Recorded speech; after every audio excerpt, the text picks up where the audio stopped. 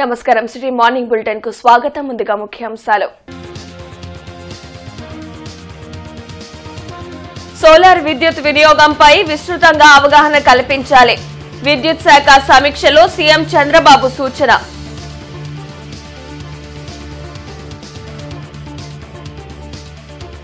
రాష్ట్రంలో పర్యాటక రంగ అభివృద్ధికి అద్భుత అవకాశాలు. టూరిజం అభివృద్ధికి ప్రత్యేక ప్రణాళికలు రూపొందిస్తున్నామన్న డిప్యూటీ సీఎం పవన్ కళ్యాణ్.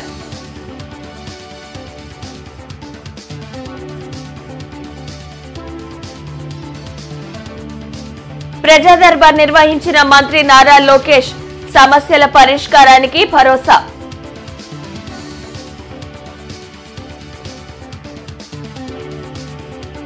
మహిళా మీకోసం మీ సంరక్షణ మా సంకల్పం. నూతన కార్యక్రమానికి శ్రీకారం చుట్టిన ఎస్పీ సతీష్ కుమార్. ప్రారంభించిన కలెక్టర్ నాగలక్ష్మి.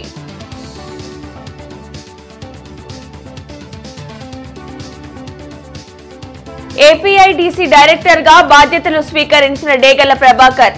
20 లక్షల ఉద్యోగ ఉపాధి అవకాశాల రూపకల్పనే ప్రభుత్వ లక్ష్యమని వెల్లడి.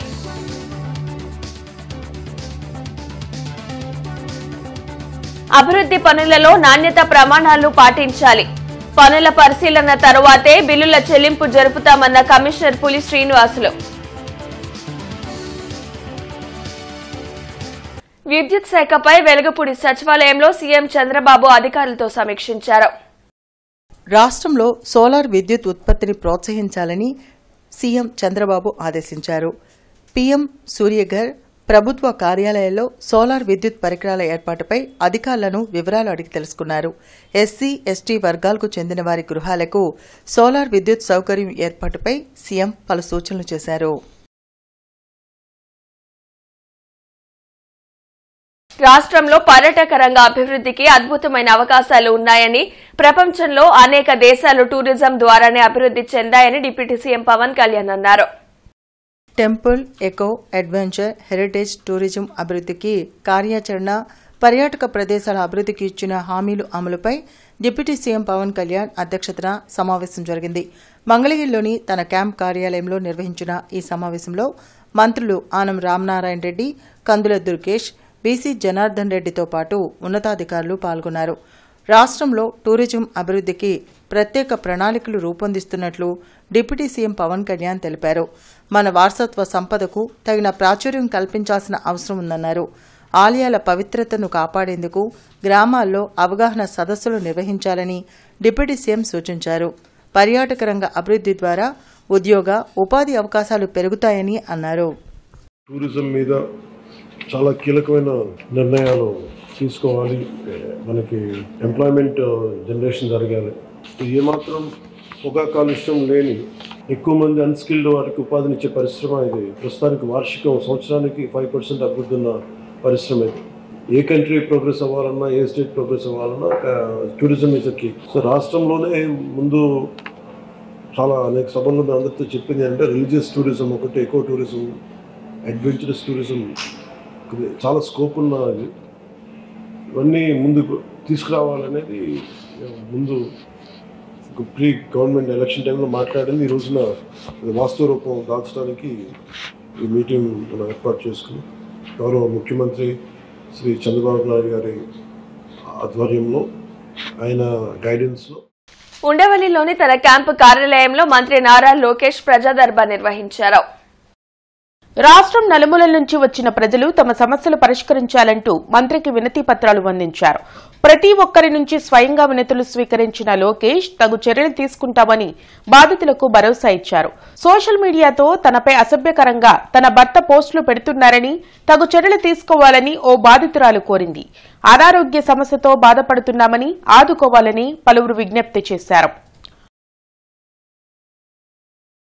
మహిళా మీకోసం మీ సంరక్షణ మా సంకల్పం అనే కార్యక్రమానికి జిల్లా ఎస్పీ సతీష్ కుమార్ శ్రీకారం చుట్టారు. పోలీస్ పెరేడ్ గ్రౌండ్స్ లో ఈ కార్యక్రమాన్ని జిల్లా కలెక్టర్ నాగలక్ష్మి ప్రారంభించారు. మీకు తోడుగా మేమున్నామంటూ జిల్లా పోలీసులు మహిళలకు భరోసా కల్పించనున్నారు. మహిళా మీకోసం మీ సంరక్షణ మా సంకల్పం కార్యక్రమానికి ఎస్పీ సతీష్ కుమార్ శ్రీకారం చుట్టారు.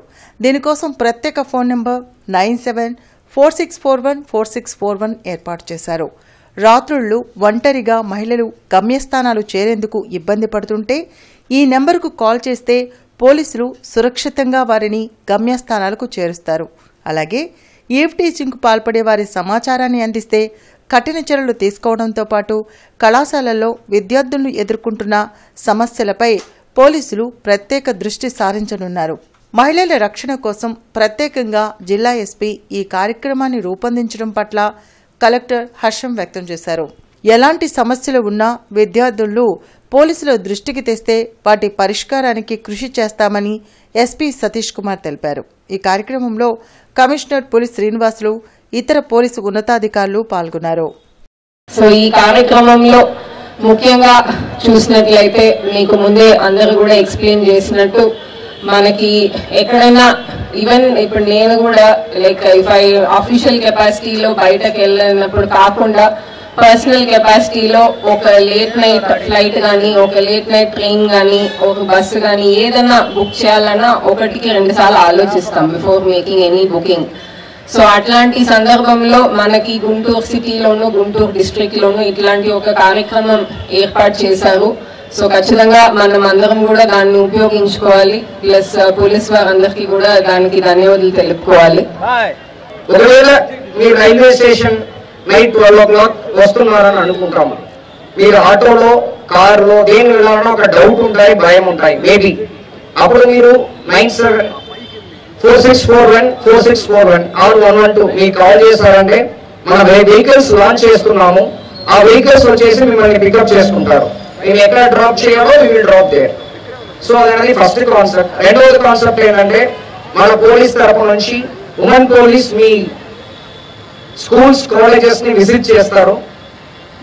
వాళ్ళు వీక్లీ వన్స్ 1 hour 2 hours అలాగా టైంలో వస్తారు. ఒకవేళ మీరు ఎవరితో పాటు షేర్ చేయలేని విషయాన్ని కూడా షేర్ చేయాలని అనిపించిందంటే మీరు మన ఉమెన్ పోలీస్ వాళ్ళతో పాటు షేర్ చేయొచ్చు. సో దట్ మీ ప్రాబ్లమ్ ని ఉన్న వరకు సాల్వ్ చేయడానికి ట్రై చేస్తాం. మేజర్ గా కంప్లైంట్స్ ఏంటంటే సార్, నైట్ ఇక్కడ గంజాయి తాగే వాళ్ళు లేకపోతే మందు తాగే వాళ్ళు ఇక్కడ కూర్చొని వచ్చేటటువంటి ఆడవాళ్ళని, పిల్లల్ని, తర్వాత కొంత డిగ్నిఫైడ్గా ఉన్న వాళ్ళని కామెంట్ చేస్తూ ఏడిపిస్తున్నారు.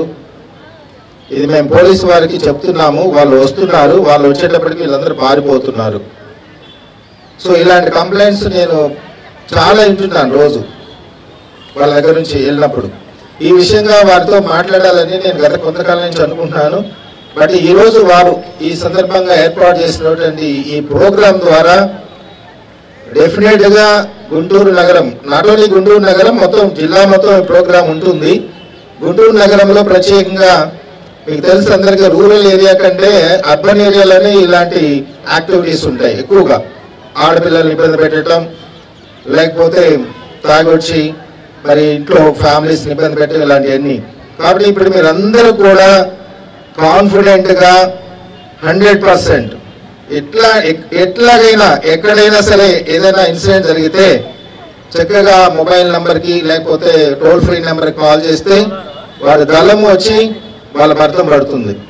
తాడేపల్లిలోని ఆంధ్రప్రదేశ్ ఇండస్ట్రియల్ డెవలప్మెంట్ కార్పొరేషన్ కార్యాలయంలో AP industrial development corporation chairman Degala Prabhakar బాధ్యతలు స్వీకరించారు. ఈ సందర్భంగా ప్రభాకర్ మాట్లాడుతూ, నాకు ఈ బాధ్యత ఇచ్చిన ముఖ్యమంత్రి నారా చంద్రబాబు నాయుడు, ఉప ముఖ్యమంత్రి పవన్ కళ్యాణ్, మంత్రి నారా లోకేష్ కు ప్రత్యేక కృతజ్ఞతలు తెలిపారు. రాష్ట్రంలో 20 లక్షల ఉద్యోగాల కల్పనే లక్ష్యంగా పనిచేస్తామన్నారు. దేశంలో పరిశ్రమలకు దిక్సూచిగా ఆంధ్రప్రదేశ్ ఉండేలా నా బాధ్యతలను నిర్వర్తిస్తానని ఆయన అన్నారు. పదవి అనేది అలంకారం కాదని, ఒక బాధ్యత అని అన్నారు. ఇప్పటికే 792 సంస్థలకు ఏపీఐడిసి ద్వారా ఇప్పటికే లోన్ సదుపాయాలు అందించామన్నారు. యువగళం పాదయాత్రలో 20 లక్షల ఉద్యోగాలు యువతకు ఇస్తామన్న లోకేష్ హామీని నెరవేర్చడమే తన ముందున్న లక్ష్యమని అన్నారు. రాష్ట్రంలో ఇండస్ట్రియల్ పార్కులు ఏర్పాటు చేసి పారిశ్రామికవేత్తలను ప్రోత్సహిస్తామన్నారు. ఈ సందర్భంగా టీడీపీ జిల్లా అధ్యక్షులు, తాడికొండ నియోజకవర్గ MLA Tenali Sravan Kumar, APIDC MD V Raghunath Prabhakar కు శుభాకాంక్షలు తెలిపారు. ఆంధ్రప్రదేశ్ ఇండస్ట్రియల్ డెవలప్మెంట్ కార్పొరేషన్ చైర్మన్గా నాకు అవకాశం కల్పించినటువంటి గౌరవ ముఖ్యమంత్రి వర్యులు, మా ప్రియతమ నేత నారా చంద్రబాబు నాయుడు గారికి ధన్యవాదాలు తెలియజేసుకుంటూ, అట్లానే డిప్యూటీ సీఎం అయినటువంటి పవన్ కళ్యాణ్ గారికి ధన్యవాదాలు. అలానే మా యువనేత ఆంధ్రప్రదేశ్ని ఈ రోజున అభివృద్ధి పరంగా పరుగులు తీస్తున్నటువంటి, అట్లానే యువతకి 20 లక్షల ఉద్యోగాలు ఇవ్వటానికి డే అండ్ నైట్ కష్టపడుతున్నటువంటి మా యువత నేత అయినటువంటి నారా లోకేష్ గారికి ధన్యవాదాలు. జనచైతన్య వేదిక ఆధ్వర్యంలో రాజ్యాంగాన్ని కాపాడుకుందామనే అంశంపై చర్చాగోష్ఠి జరిగింది. భారత రాజ్యాంగ దినోత్సవం సందర్భంగా రామన్నపేటలో నిర్వహించిన ఈ కార్యక్రమంలో ఎమ్మెల్సీ లక్ష్మణరావు, మాజీ మంత్రి డొక్కా మాణిక్యవర ప్రసాద్, ప్రొఫెసర్ రంగయ్య, వల్లంరెడ్డి లక్ష్మణరెడ్డి తదితరులు పాల్గొన్నారు. ఏ దేశానికి లేని పటిష్టమైన రాజ్యాంగం భారతదేశానికి మాత్రమే ఉందని వక్తలు అన్నారు. రాష్ట్రాల హక్కులను హరించేలా కేంద్ర నిర్ణయాలు తీసుకోవడం రాజ్యాంగానికి విరుద్ధమని లక్ష్మణరావు తెలిపారు. ఫెడరలిజంపై దాడి జరిగితే ప్రజాస్వామ్యం దెబ్బతింటుందన్నారు. ప్రపంచంలో ఎక్కడైనా సరే ప్రజాస్వామ్యం ఉన్న దేశాల్లో మైనారిటీ మతాలకు కొన్ని హక్కులు ఉంటాయి. భారత రాజ్యాంగంలో కూడా ఆర్టికల్ 2930 మైనారిటీలకు కొన్ని హక్కులు ఇచ్చింది. మైనారిటీలు తమ భాషని, తమ లిపిని, తమ సంస్కృతిని, తమ విద్యని అభివృద్ధి చేసుకునే అవకాశాలు, అవి దుర్వినియోగం అయితే ఎలా అరికట్టాలో అరికట్టాలి. అట్లాగే వాళ్ళ మైనారిటీల మీద దాడులు చేయటం, మతం పేరుతో దాడులు చేయటం, ఇవన్నీ మన కళ్ళ ముందు చాలా చూస్తున్నాం. ఆ రకమైనటువంటి ధోరణి, ఎందుకంటే మతపరమైన విభజన వల్ల ఈ దేశం ఎప్పటికీ ఒకసారి నష్టపోయింది. మనకు తెలుసు దేశ విభజన ఎందుకు జరిగింది. ఇంపీరియలిస్ట్ కొలోనియల్ పాలనలో బ్రిటిష్ వాళ్ళు అనుసరించి విభజించు పాలించు సూత్రాలే 1947లో దేశ విభజన దారితీసింది. కాబట్టి లౌకికవాదాన్ని కాపాడు. ఇప్పుడు మాత్రం 100-95 మంది ఈ రాజ్యాంగం మంచిదేను, ఈ రాజ్యాంగం ఉండాలి, దీన్ని మనం కాపాడుకోవాలి అనే దాంట్లో అందరూ, అన్ని పార్టీల వాళ్ళు, అన్ని రకాల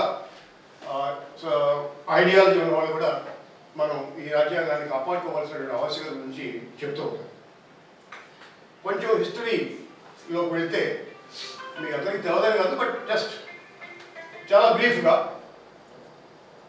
మనకు అసలు ఇండిపెండెన్స్ రావాలి అనే మనం పోరాడుతుంటే కూడా అటువైపు నుంచి బ్రిటన్లో మీకు అందరికీ తెలిసినట్టు అప్పట్లో చర్చిల్ అని ఉండేవాడు, Winston Churchill prime minister.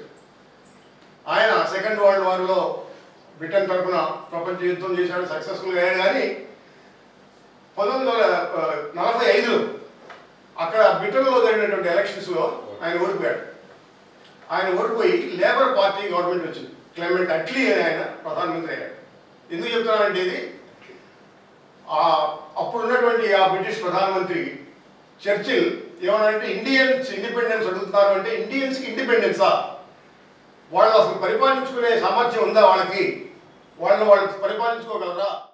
Commissioner police Srinivasulu Sangadigunta, Sharada కాలనీల్లో సీసీ రోడ్ల ప్యాచ్ వర్కులు, నూతన డ్రైన్లను ఇంజనీరింగ్ అధికారులతో కలిసి పరిశీలించారు.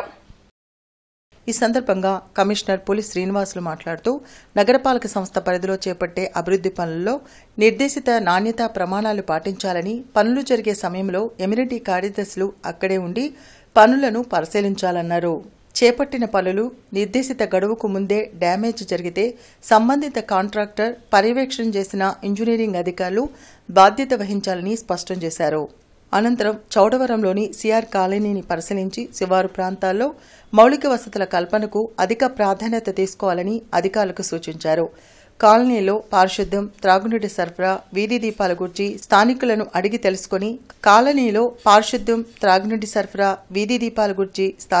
అడిగి తెలుసుకుని కాలనీలో మౌలిక వసతుల ఏర్పాటుకు త్వరలో చర్యలు తీసుకుంటామన్నారు. భారతీయ కుటుంబ వ్యవస్థ గొప్పతనాన్ని నేటి తరం తెలుసుకోవాల్సిన అవసరం ఉందని ముఖ్యమంత్రి చంద్రబాబు అన్నారు. మంచి చదువు, ఉద్యోగంతో పాటు నైతిక విలువలు కూడా అవసరమని సీఎం చంద్రబాబు అన్నారు. వెలగపూడి సచివాలయంలో సీఎం చంద్రబాబును ప్రభుత్వ సలహాదారు చాగంటి కోటేశ్వరరావు మర్యాదపూర్వకంగా కలిశారు. ఆయనను ఘనంగా సత్కరించారు. నైతిక విలువలను విద్యార్థుల్లో పెంపొందించేందుకు ప్రత్యేక కార్యక్రమాలు ఏర్పాటు చేయాలని సీఎం సూచించారు. సర్దుబాటు ఛార్జీల పేరుతో మరోసారి విద్యుత్ ఛార్జీలను పెంచే ఆలోచనను కూటమి ప్రభుత్వం విరమించుకోవాలని వామపక్షాలు డిమాండ్ చేశాయి. బ్రాడీపేటలోని సిపిఎం కార్యాలయంలో వామపక్ష పార్టీలు, ప్రజా సంఘాలు రౌండ్ టేబుల్ సమావేశం నిర్వహించాయి. విద్యుత్ ఛార్జీలు పెంచమని అధికారంలోకి వచ్చిన కూటమి ప్రభుత్వం ప్రజలపై భారం మోపాలని చూస్తే తీవ్ర పోరాటం తప్పదని జంగాల అజయ్ కుమార్, పాసం రామారావు హెచ్చరించారు. వ్యవసాయానికి మీటర్లు బిగిస్తే ధ్వంసం చేయమని పిలుపునిచ్చినటువంటి లోకేష్ గారు, పెంచమని వాగ్దానం చేసినటువంటి చంద్రబాబు నాయుడు గారు ఇప్పుడు ఏరు దాటిన తర్వాత తెప్ప తగలేసిన చందంగా విపరీతంగా కరెంటు ఛార్జీలని పెంచుతూ ఉన్నారు.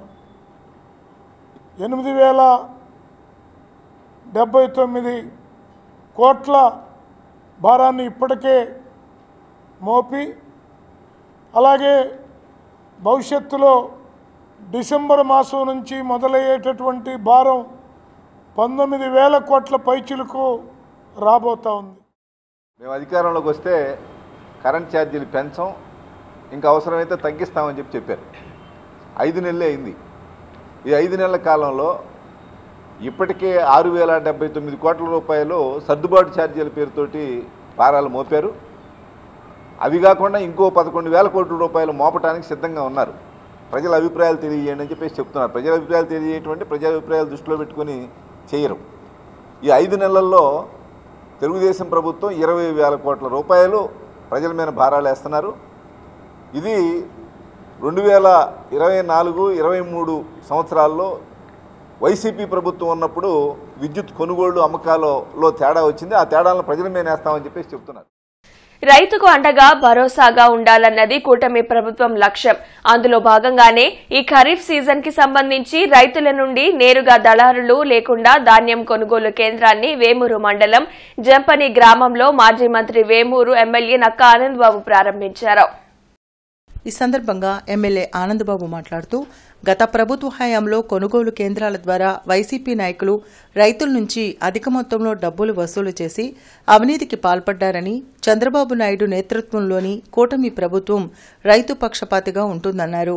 75 కిలోల వరిధాన్యం బస్తా 1,740 రూపాయలకు ఈ కేంద్రం ద్వారా రైతుల నుంచి కొనుగోలు చేయనున్నారని, రైతులందరూ ఈ కొనుగోలు కేంద్రాలను సద్వినియోగం చేసుకోవాలని అన్నారు. ఈ కార్యక్రమంలో టీడీపీ, జనసేన పార్టీ నాయకులు, కార్యకర్తలు, వివిధ శాఖల అధికారులు పాల్గొన్నారు. గిట్టుబాటు ధర కొనుగోలు చేయడానికి చర్యలు తీసుకున్నట్టయితే ఆటోమేటిక్గా దళారులు బెడత తప్పిద్ది. లేదంటే వాళ్ళు కూడా తప్పనిసరి పరిస్థితుల్లో రేటు కూడా పెంచేస్తారు. అప్పుడు రైతు నష్టపోకుండా ఉంటాడనేది మనకు వచ్చినటువంటి విజ్ఞప్తులు. నేను కూడా మొన్న శనివారం ఈ అంశం మీద జిల్లా పరిషత్ జనరల్ మీటింగ్ జరిగితే అక్కడ ఉన్నటువంటి అధికారులు, ముఖ్యంగా మన జిల్లాకు సంబంధించినటువంటి జాయింట్ కలెక్టర్ గారు ఉన్నాడు అక్కడ. ఆ సమావేశంలో ఈ సమస్య వారి దృష్టికి తీసుకెళ్లేదే తడవుగా నాకు 5 గంటలకల్లా ఫోన్ చేశాడు జేసీ గారు. సోమవారం మనం సెంటర్ ఓపెన్ చేసేద్దామండి, కొనుగోలు మొదలు పెడదాం. ఇప్పుడు ఇందులో ఉన్నటువంటి ఇబ్బందులు తేమ శాతం 17% ఉండాలని, ఆ పైన ఉంటే కొంత ఆ కొనుగోలు రేట్ ఏదైతే ఉందో దానిలో కొంత పర్సంటేజ్ తగ్గుతూ ఉంటుందని చెప్పి రామగోపాల్ గారు చెప్పాడు. మీరు ఏ విధంగా చూసుకున్నా కూడా మీరు ప్రభుత్వ పరంగా ఈ రైతు సేవా కేంద్రానికి ధాన్యం విక్రయించడం అనేది రైతుకి మేలని నేను అనుకుంటున్నాను. వారు చెప్పిన లెక్క ప్రకారం ఎంత తగ్గినా 18% ఉన్నా, 19% ఉన్నా, 20% ఉన్నా, మొత్తం కలిపి 1,740 రూపాయలు ఫైన్ క్వాలిటీ ఉంటే, బాగా తేమ శాతం కాస్త ఎక్కువ ఉన్నా కూడా మీకు ఇంకో 100 రూపాయలు తగ్గింది, 1,640 దాకా వస్తుంది, లేదు 1,600 వస్తుంది. 5% దాకా చెప్పాడు. నాకు 5% దాకా ఎక్సెస్ ఉండొచ్చు. జిల్లా ఎస్పీ కార్యాలయంలో ప్రజా సమస్యల పరిష్కార వేదిక కార్యక్రమం జరిగింది. జిల్లా నలుమూలల నుండి వచ్చిన బాధితులు తమ సమస్యలు పరిష్కరించాలంటూ ఎస్పీ కార్యాలయంలో ఉన్నతాధికారులకు వినతులు ఇచ్చారు. ప్రతి సోమవారం ఎస్పీ కార్యాలయంలో నిర్వహించే ప్రజా సమస్యల పరిష్కార వేదికకు బాధితులు భారీగా తరలివచ్చారు. ఫిర్యాదులను పోలీసు ఉన్నతాధికారులు స్వీకరించారు. ఆయా సమస్యల పరిష్కారంకు తగు చర్యలు తీసుకుంటామని భరోసా కల్పించారు. తన పేరుపై ఉన్న పొలంలోకి రాకుండా కాలనీ వాసులు అడ్డుకొని భయభ్రాంతులకు గురి చేస్తున్నారని కొరిటిపాడుకు చెందిన ఎర్రంశెట్టి రవి ఫిర్యాదు చేశారు. ప్రత్తిపాడు మండలం ఈతురుపాలెంలోని తన 4 ఎకరాల భూమిని దళితులు ఆక్రమించుకుంటున్నారని తనకు రక్షణ కల్పించాలని కోరారు. ఇప్పటికి 4 సార్లు కంప్లైంట్ ఇచ్చాం, కానీ వాళ్ళని పిలిపించి కనీసం కంప్లైంట్ ఇచ్చిన తర్వాత వాళ్ళ మీద కేసు కట్టడం కానీ వాళ్ళని బైండ్ ఓవర్ చేయడం కానీ జరగలేదు. మళ్ళీ ఇప్పుడు ఎస్పీ గారి దగ్గరికి వచ్చాం. 2 నెలల క్రితం కంప్లైంట్ ఇచ్చాం, ఏ స్పందన లేదు.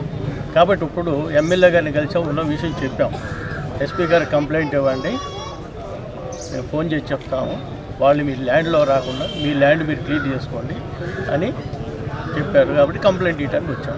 ఆ పక్కనే పల్లె ఉందండి. ఆ పల్లెల్లో మాజీ సర్పంచ్ ఒక అతను, ఒక 7 మంది మేము నాయకులవి, మీరు రావడానికి లేదు, మీరు వస్తే మీ బళ్ళు తగలబెడతాము, కుక్లైనర్ తగలబెడతామని లాస్ట్ టైం చెట్లు తీపిచ్చాం. మధ్యలో వచ్చి మా ఆపిచ్చి మమ్మల్ని చాలా ఇబ్బంది పెట్టారు. స్వచ్ఛ భారత్ కార్యక్రమంలో సామాజిక సేవాభావాలు కలిగిన జాతీయ సేవా పథకం వాలంటీర్స్ కీలక పాత్ర వహించాలని మున్సిపల్ కమిషనర్ పులి శ్రీనివాసులు తెలిపారు.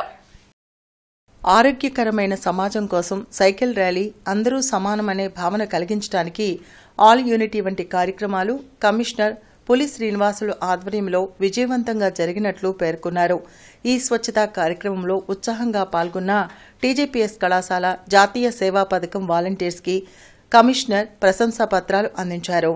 సామాజిక సేవ చేస్తున్న కళాశాల వాలంటీర్స్ని కళాశాల సెక్రటరీ మరియు కరస్పాండెంట్ కెవి బ్రహ్మం మరియు Acharya Nagarjuna university coordinator professor V Divyajyothimurthy అభినందించారు.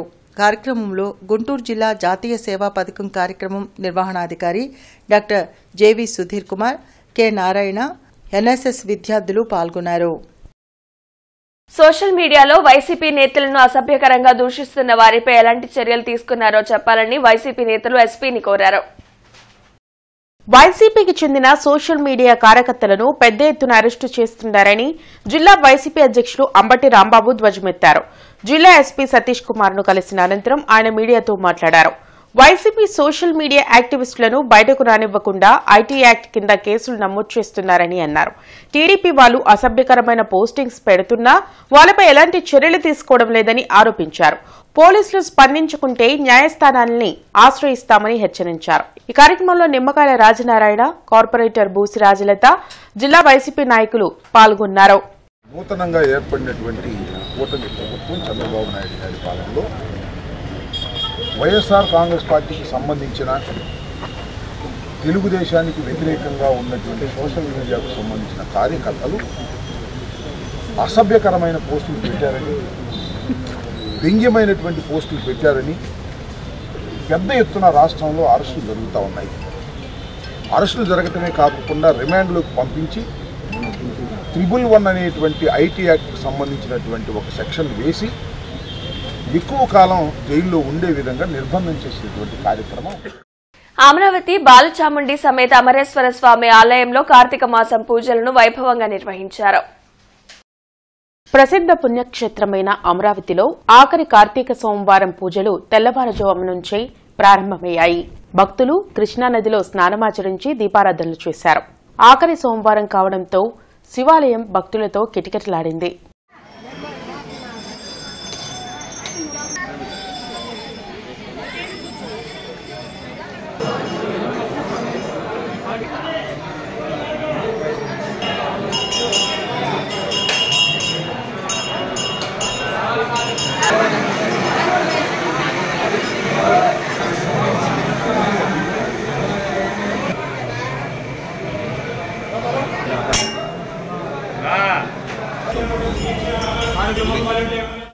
కలెక్టరేట్లో ప్రజా సమస్యల పరిష్కార వేదిక కార్యక్రమం జరిగింది. జిల్లా నలుమూలల నుండి వచ్చిన బాధితులు తమ సమస్యలు పరిష్కరించాలంటూ కలెక్టర్ నాగలక్ష్మికి వినతులు అందించారు. ప్రతి సోమవారం కలెక్టరేట్లో నిర్వహించే ప్రజా సమస్యల పరిష్కార వేదికకు బాధితులు బారులు తీరారు. ఫిర్యాదులను జిల్లా ఉన్నతాధికారులు స్వీకరించారు. ఆయా సమస్యల పరిష్కారంకు తగు చర్యలు తీసుకుంటామని భరోసా కల్పించారు. రాష్ట్రంలో కులగణన చేపట్టాలని కలెక్టర్ కార్యాలయంలో బీసీ సంక్షేమ సంఘం ఆందోళన చేసింది. 50% ఉన్న బీసీలకు నామినేటెడ్ పదవుల్లో 50% ఇవ్వాలని జాతీయ బీసీ సంక్షేమ సంఘం ప్రధాన కార్యదర్శి కుమ్మర క్రాంతి కుమార్ డిమాండ్ చేశారు. గత ప్రభుత్వం కులగణన చేపట్టి మేము చేశామని చెప్పి కనీసం లెక్కలు బయటికి పంపించాల. మరి ఈ ప్రభుత్వం వచ్చిన తర్వాత ఆ లెక్కలేంటో తీసి మరి సమగ్రంగా ఎట్లా చేయాలి, ఏం చేయాలి అనే దాని మీద మేము చేస్తామని చెప్పిన ఈ యొక్క ప్రభుత్వానికి మేము ఎన్డీఏ ప్రభుత్వానికి చాలా స్పష్టంగా మద్దతు ఇచ్చిన మాట మీరు గుర్తుపెట్టుకోండి. మీరు మా బీసీలకు ఏదో చేస్తారని చెప్పేసి మేము సంవత్సరాల పాటు వెయిట్ చేయడానికి లేదు. మీరు తక్షణమే కుల జనగణన చేపట్టాలి. అదేవిధంగా మాకు రావాల్సిన హక్కులపై చాలా స్పష్టత ఇవ్వాలి. అదేవిధంగా మళ్ళీ చెప్తూ ఉన్న కార్పొరేషన్స్లో మాది 50% వాటాని కూడా చాలా స్పష్టంగా మీరు చాలా క్లియర్గా బీసీలకు ఏమి ఇచ్చారు ఏంటనేది చాలా స్పష్టంగా చెప్పాలని కూడా నేను డిమాండ్ చేస్తూ ఉన్నా. భారత రాజ్యాంగాన్ని ఆమోదించుకొని నవంబర్ 26వ తేదీన 75 సంవత్సరానికి చేరుకున్న సందర్భంగా విశ్వవిద్యాలయ న్యాయ విభాగం మరియు డాక్టర్ అంబేద్కర్ చైర్ సంయుక్త నిర్వహణలో పలు కార్యక్రమాలు నిర్వహించనున్నట్లు న్యాయ విభాగాధిపతి ప్రొఫెసర్ డాక్టర్ ఎల్ జయశ్రీ తెలియజేశారు. ఈ సందర్భంగా 26వ తేదీ ఉదయం యూనివర్సిటీలోని professor V Balamohan Das seminar hall నందు రాజ్యాంగ దినోత్సవం, రాజ్యాంగం యొక్క ప్రాధాన్యతలపై న్యాయ విభాగపు బోర్డ్ ఆఫ్ స్టడీస్ ప్రస్తుత chairman professor doctor N Rangaiah కీలక ఉపన్యాసం చేస్తారని తెలిపారు. ఈ కార్యక్రమానికి యూనివర్సిటీ యంత్రాంగం, ఉద్యోగస్తులు, విద్యార్థులు హాజరవుతారని జయశ్రీ చెప్పారు. And we are Ambedkar School of Legal Research and Legal Education and Research in collaboration with the Ambedkar Chair and Acharya Nagarjuna University, celebrating on behalf of the university Constitutional Day in the Balmohan Das Auditorium morning Udayam 10 గంటలకి. So దీనికి professor Rangayya గారు BOS chairperson of our department ఆయన constitution గురించి lecture ఇవ్వడం జరుగుతుంది. ఎందుకంటే constitution day celebrations ఒక పద్ధతి ఉంది, ఏదో ఒక చేయడం కాకుండా ముఖ్యంగా కాన్స్టిట్యూషన్ యొక్క ఇంపార్టెన్స్ అన్నది అందరికీ తెలియజేయాలి. సో దాన్ని పురస్కరించుకొని మేము రంగయ్య గారి చేత కాన్స్టిట్యూషన్ యొక్క ఇంపార్టెన్స్ ఏంటి, దాన్ని ఇది ఏంటి అనేది మేము దాని గురించి మనం ఎలా ఫాలో అవ్వాలి అన్న దాని గురించి లెక్చర్ ఇప్పించడం జరిగింది. అంతర్జాతీయ స్త్రీ హింస వ్యతిరేక దినోత్సవం సందర్భంగా విద్యార్థులకు Japan karate association Andhra Pradesh chief inspector sensei Kodali Ravibabu స్వీయ రక్షణ పద్ధతుల గురించి తెలియజేసి వారందరి చేత సాధన చేపించారు. స్వీయ రక్షణలో ప్రధానంగా 3 భాగాలు ఉన్నాయని, అవి దాడిని ఎదుర్కోవడం, ఎదురుదాడి చేయటం, తప్పించుకోవడం. ఈ 3 పద్ధతులను అక్కడి పరిస్థితులను బట్టి, సమయాన్ని బట్టి బుద్ధిబలంతో చాకచక్యంగా వినియోగించాలని విద్యార్థులకు తెలిపారు. స్త్రీ శరీరంలోని బలమైన భాగాలు పిడికిలి, మోచేయి, మోకాలు, పాదము మొదలగు భాగాలతో దాడి చేస్తున్న వ్యక్తి సున్నిత భాగాలు, కన్ను మొదలగు వాటిపై దాడి చేసి ప్రమాదాన్ని నివారించవచ్చని తెలిపారు. విద్యార్థులకు ఉన్న సందేహాలను నివృత్తి చేశారు. ఈ కార్యక్రమంలో కళాశాల ప్రిన్సిపల్, ఉపాధ్యాయులు, ఇతర సిబ్బంది పాల్గొన్నారు. మానవతా సంస్థ secretary K Satish, vice president Subrahmanyam, treasurer Sairam, enrolment committee chairman Shivaji, Chava Lakshmi, director Sambasivarao, Mitra, food distribution committee chairman P Sudhakar Rao తదితరులు పాల్గొన్నారు. ఈరోజు నేర్చుకున్న అలా అయిపోయింది వచ్చేసింది అనుకుంటే అది కుదరదు. ఏనా చేస్తూ ఉంటే జస్ట్ 10 నిమిషాలు కొంచెం దీని గురించి మాట్లాడుకున్నా కొంచెం ట్రైనింగ్ అయినా ఇంట్లో కూడా మీకు లైఫ్ లాంగ్ గుర్తుండిపోయింది, వాళ్ళకు కూడా ఉపయోగపడుతుంది. సిచ్యువేషన్ ఏంటంటే సందర్భాలు ఎట్లా ఉంటాయో తెలియదు. ఇంట్లో సొంత బంధువులు కూడా మన మీద ఒక సందర్భాలు దాడి చేసే సందర్భాలు బయట చాలా చూస్తున్నాం. వయసుతో కూడా సంబంధం లేదు, వరుసలతో కూడా సంబంధం లేదు. బయట చాలా విజయవాడలో కూడా ఆయేషా మేర హత్య కానీ శ్రీలక్ష్మి కానీ ఇట్లా చాలామంది ఇన్సిడెంట్లు జరిగినాయి. ఏనా కాబట్టి మనం ప్రొటెక్ట్ చేసుకునే విధంగా నేర్చుకోవాలి. So without consciousness, dare, speed and technique we can't do anything. కాన్షియస్గా ఉండాలి, ఫస్ట్ స్పృహలో ఉండాలి. భారత కమ్యూనిస్టు పార్టీ నగర సమితి ఆధ్వర్యంలో 144వ సచివాలయం వద్ద అర్హులైన పేదలందరికీ 2 సెంట్ల స్థలం ఇచ్చి నిర్మాణానికి 5 లక్షలు ఇవ్వాలని డిమాండ్ చేస్తూ అప్లికేషన్లు పూర్తి చేసి సచివాలయాల్లో అందజేశారు. కార్యక్రమంలో సిపిఐ నగర కార్యదర్శి కోట మాల్యాద్రి, సీనియర్ నాయకులు నూతలపాటి వెంకటేశ్వరరావు, దుర్గారావు, రోసయ్య, శివ, సాంబయ్య, సుబ్బారావు తదితరులు పాల్గొన్నారు.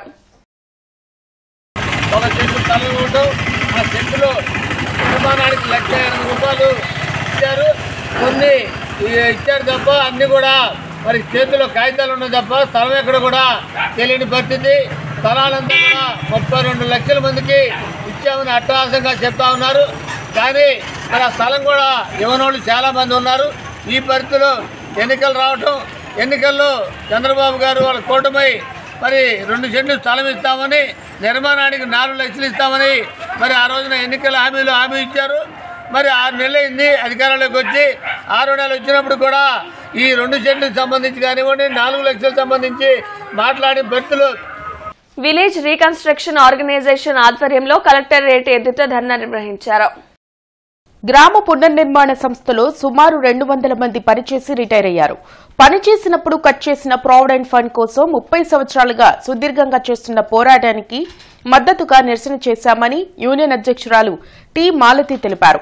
ప్రభుత్వం చొరవ తీసుకుని ప్రావిడెంట్ ఫండ్ ఇప్పించాలని కోరారు. ఈ కార్యక్రమంలో G Vijay Kumar, Nalamarthi Wilson, K Srinivasarao, Lanka Anjaneyulu, Vasantharao తదితరులు పాల్గొన్నారు. ఈ సంస్థలో దాదాపు 2000 మంది మేము పనిచేస్తాం. మా కోసం పిఎఫ్ ఇవ్వాలని ప్రావిడెంట్ డిపార్ట్మెంట్ వారు సంస్థ మీద గత 30 సంవత్సరాల నుంచి ఒత్తిడి చేస్తున్నారు. అయినా కూడా సంస్థ యాజమాన్యం ఎటువంటి చలనం లేకుండా కోర్టు కారణాల సాకులతోటి 30 సంవత్సరాల నుంచి జనాలకు అన్యాయం చేస్తుంది. చాలామంది చనిపోయారండి. 2000 మంది జనం, ఇందులో చాలామంది చనిపోయారు. ఇక ఈ పోరాటం ఎలాగ మేము అది ఇచ్చే వరకు కొనసాగించాలని ఈరోజు ఇక్కడ ధర్నా కూర్చున్నాం. మరి మాకు తక్షణమే పిఎఫ్ని మరి ఇవ్వాలని మేము ఈ రోజు రోడ్డుకి ఎక్కాము. ఇన్ని సంవత్సరాల నుంచి మేము బయటికి అసలు ఎప్పుడు రాలేదు. ఎందుకంటే ఇస్తాడని ఉద్దేశంతో అనుకున్నాం, కానీ ఆయన మా మీద జాలి దయ అనేది లేదు. మరి ఎప్పటికైనా సరే ముందు మొట్టమొదటిగా వెళాంగిణిని ఆయన విధుల నుంచి తొలగించాలి. బ్రాడీపేటలోని ఓంకార క్షేత్రంలో కార్తీక సోమవారాన్ని పురస్కరించుకొని ఓంకారేశ్వర స్వామికి విశేష పూజలు జరిగాయి. కార్తీక దీపాలు వెలిగించిన భక్తులు స్వామిని దర్శించుకున్నారు. డిసెంబర్ 1న ఓంకారేశ్వర స్వామి శాంతి కళ్యాణం జరుగుతుందని ఆలయ అర్చకులు బుజ్జి తెలిపారు. ఇవాళ రోజున ఆ కార్తీక మాసంలోని ఆఖరి సోమవారం భక్తి శ్రద్ధలతో భక్తులందరూ 50 మంది పొద్దునే ఉదయమే వచ్చి స్వామివారి సేవలో తరించుతూ అభిషేకాలు చేయించుకుంటూ 360 దేవతల దీపారాధన చేసుకుంటూ ఆ స్వామివారి సేవలో తరించుతున్నారు. ఈ కార్తీక మాసంలో పురస్కరించుకొని రేపటి మాస శివరాత్రి నాడు ఈ బ్రాడీపేట ఓంకార క్షేత్రంలో జ్యోతిర్లింగార్చన కార్యక్రమం ఉంటుంది. అందరూ ఆ రోజు సాయంత్రం సంధ్యా సమయానికి అందరూ విచ్చేసి ఆ జ్యోతిర్లింగార్చన కార్యక్రమంలో పాల్గొని ఆ స్వామివారి అనుగ్రహాన్ని పొందవలసిందిగా కోరుచున్నాము. కార్తీక మాసము ఆఖరి రోజు ఆదివారం 1వ తారీఖు, డిసెంబర్ 1వ తారీఖు అయింది. ఆ రోజున ఈ క్షేత్రంలో బ్రాడీపేట ఓంకార క్షేత్రంలో శ్రీ గంగా భువనేశ్వరి సమేత ఓంకారేశ్వర స్వామి వారికి శాంతి కళ్యాణ మహోత్సవం జరిపి స్వామివారి యొక్క పంచవక్ష పర్వాణాల కార్తీక సమారాధన దేవాలయానికి వచ్చిన 50 మంది భక్తులకి భోజన సదుపాయం చేయించున్నారు. ఈ వార్తలంతటితో సమాప్తం. నమస్కారం.